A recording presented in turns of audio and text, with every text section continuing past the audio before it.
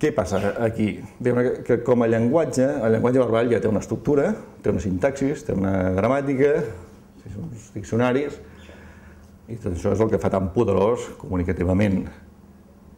En el món de la música, no en el mateix àmbit, però també existeix una pauta, també existeix una... Jo no soc un expert, per descomptat, en tema de música, però existeix una manera de construir la música. I el fet que parlem d'una sintaxis, que els llenguatges tenen sintaxis, no vol dir que no siguin més ni menys creatius. En el llenguatge de la música no explicaré jo ara el que és creatiu, ni el llenguatge verbal, les propietats creatives que té. L'únic que aquests, diguem-ne, el llenguatge verbal sobretot, i el llenguatge musical també, diguem-ne, tenen una sintaxis, una manera de construir-se. En el món de la imatge això no existeix. El món de la imatge no té una sintaxis. I aquí també estaria la diferència fonamental del que deies abans de la narració enfront del que seria el món de la metàfora. La imatge, i fèiem referència al món narratiu, el món narratiu ja et dona una sintaxis perquè les coses tenen un sentit visualment, ja tenen sentit per la posició que ocupen a l'espai per elles mateixes. Que hi hagi o no hi hagi un guió, una trama al darrere, òbviament és el que diferencia que sigui... Però aquesta mínima narració, encara que sigui una persona caminant, una escama, el que sigui, aquest mínim concepte narratiu, aquesta expressió mínima, això també s'utilitza, òbviament, dintre del món del disseny audiovisual, però quan estem parlant de formes abstractes, com s'uneixen les formes? Perquè jo vull explicar això, què puc fer i què no puc fer. No existeix, no hi ha una gramàtica de la imatge, no existeix. Es crea cada cop? Es crea cada cop. Aquí està la història, per això dèiem que és un procés de síntesi. Creem una sintaxis amb cada disseny, solucionem les coses, els donem una lògica visual perquè les coses estiguin en funció d'un discurs, en definitiva. És un procés necessàriament de síntesi en què unes coses exclouen les altres, no pot conviure tot.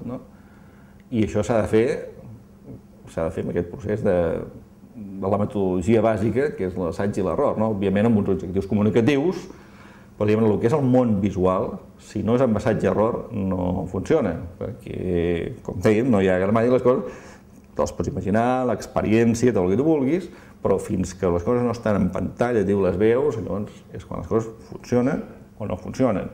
En definitiva, quan es constitueixen en discurs o no es constitueixen en discurs. Aquesta és la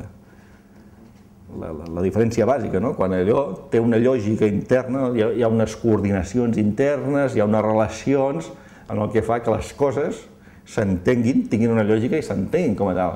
Perquè aquest discurs no està treballat, la comunicació es perd, hi ha alguna cosa que falla. Per això els discursos no tots estan igual de ben fets, ni molt menys. Aquesta necessitat discursiva de construir un discurs té una doble vessant. Una vessant seria l'estètica, que és la manera com construïm els discursos, en base d'estètica, tant auditiva com visual, i després seria la construcció del discurs pròpiament de la comunicació, del que es vol transmetre, d'allò que es vol dir, que és una comunicació, com a comunicació metafòrica, és una comunicació ambigua, oberta, més o menys, diguem-ne, segons fem, però diguem que hi ha d'haver-hi una idea, quelcom que es vulgui transmetre, per molt obert, per molt estètic que sigui,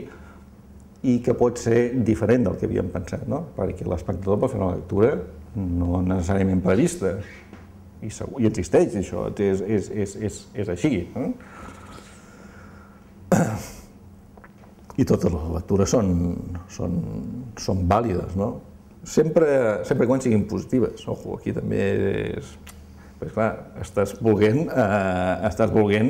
incidir en la conducta de l'espectador. Per tant, les lectures negatives que també poden existir és el no m'agrada, o el vaja, no diem altres paraules, però diguem-ne que seria... Sí, és el públic, el pers, si no es fa una lectura positiva, diguem-ne, el pers. En el cas de la construcció estètica, sí que destacaríem aquest principi de positivisme, de l'estètica entesa en un sentit positiu. I aquí entraríem en el que seria el terreny de les idees estètiques. Les idees estètiques que hi ha en cada disseny. No necessàriament hi ha idees. Hi ha unes idees que condueixen a que allò tingui aquella forma i no tingui una altra, estigui construït d'aquella manera, una altra part molt ambigües. Quan parlem d'estètica és un terreny difícil de parlar-ne, quan no ens referim a la història de l'estètica, sinó que ens referim a descriure l'estètica, és un terreny pantanós, perquè l'estètica pertany a les sensacions i traduir-ho en paraules és impossible, radicalment és impossible. I d'aquí traiem que el llenguatge referit a l'estètica és tan pobre. I és tan pobre, no és tan pobre en el carrer, diguem-ne, no, és pobre en el món professional, perquè el primer que trobes és el m'agrada i no m'agrada. Ja hem acabat, ja hem acabat. Perquè m'agrada i no m'agrada, el gust, el que diem el gust el tenim tots. Tots tenim un judici estètic. I normalment és molt pobret, perquè és això, o m'agrada o no m'agrada. No és allò, els matisos, ja començar a trobar matisos no és fàcil. Per altra part, en el món de l'estètica existeix, i en el món de l'audiovisual i en el món del disseny, és un principi, no és una elecció, és un principi que existeix. És el principi de la unitat i la varietat, o de l'harmonia i el contrast, o dir com vulguis. És un principi inalterable de la construcció estètica. Sempre existeix. Perquè si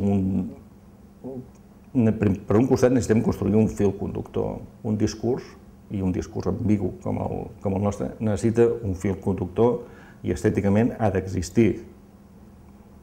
Pot ser molt obert, pot ser molt tancat, això s'hi val tot, però hi ha d'existir un fil conductor que faci que les coses tinguin un sentit i un per què, estèticament també.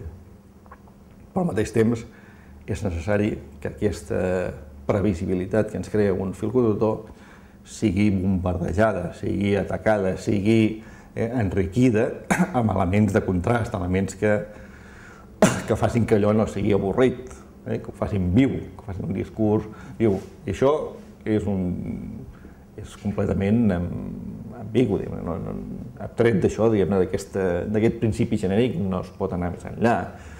I per altra part, el tercer pilar de la construcció del discurs estètic, hem parlat de les idees estètiques, del principi d'unitat i veritat, el tercer pilar seria la construcció de l'estructura. El que entenem per estructura és el que, per llegir la forma, és necessari tenir estructures, si no, no podem llegir la forma. La forma, les formes que estem veient, i això, quan fas la reflexió, a vegades costa d'entendre-ho, però les formes no les llegim si no estan associades a una estructura. No hi ha, i quan no entenem una imatge que veiem en un moment donat, o que en una situació estranya veiem una imatge i no sabem què és perquè no l'associem a una estructura. I això ens passa, tots ens trobem un moment, però per altra part el món seria invivible si no veiéssim les estructures, perquè viuríem en un món abstracte, no identificaríem els objectes. Estem llegint estructures. I aquí, en el cas de l'audiovisual, ens trobem el mateix. Si estem parlant d'un espai tridimensional, necessitem construir estructures que es puguin llegir, que l'espectador les entengui, les absorbeixi. Per això a mi m'agrada més en el món aquest parlar d'estructures que de composició. La composició és un concepte molt lligat a la visió de l'espai bidimensional. l'espai estàtic, això que està aquí, s'equilibra amb això que està allà, però quan estem parlant en un espai dinàmic, en un espai en el qual la imatge, la càmera es mou, el temps transcorre, necessitem construir estructures mentals per entendre aquell espai, sobretot quan estem parlant d'espais no perspectius, no?